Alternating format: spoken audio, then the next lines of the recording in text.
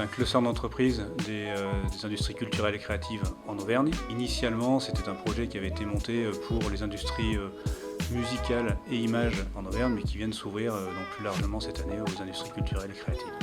Donc les actions qu'on mène au damier, elles sont diverses. Les premières, c'est de faire gagner en visibilité toute une panoplie de petits événements comme ça qu'on multiplie au cours de l'année. Après, on essaie d'avoir aussi un but de faire collaborer nos adhérents, parce qu'ils ne se connaissent pas forcément entre eux, et le but c'est vraiment de faire en sorte qu'ils montent des projets ensemble, qu'ils montent en compétences. C'est aussi d'ailleurs ce qu'on fait via des formations qu'on organise au cours de l'année. C'est également une montée en compétences commerciales, de façon à ce qu'ils puissent se développer et chercher des marchés qu'ils n'iraient peut-être pas forcément chercher tout seuls. On a un événement qu'on a organisé déjà à plusieurs reprises, qu'on va refaire en septembre là, qui s'appelle le Damier Connect, qui permet en fait de mettre en relation les adhérents avec des acteurs économiques locaux sur divers territoires, en général sur Clermont. Et là, la particularité de celui de septembre, c'est qu'on s'ouvre vers le bassin vichysois. Et puis le dernier axe, c'est l'axe R&D, donc c'est l'innovation.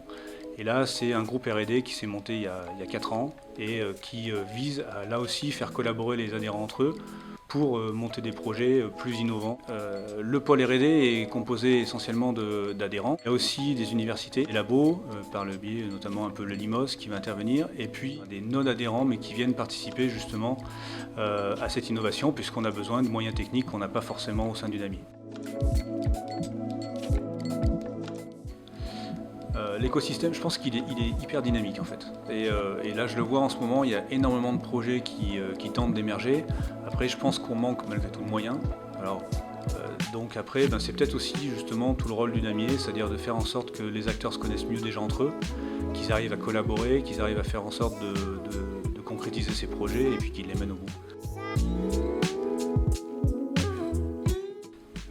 Globalement, pour le projet 2020-2022 qu'on a initié là récemment, les axes vraiment privilégiés qu'on veut mettre en place, c'est l'ouverture vers l'ensemble des industries culturelles et créatives. C'est l'incubateur. Et puis un axe qu'on a développé depuis quelques temps, c'est la cellule R&D, qu'on veut développer davantage en faisant encore plus collaborer les adhérents et en faisant en sorte que des projets concrets voient vraiment le jour.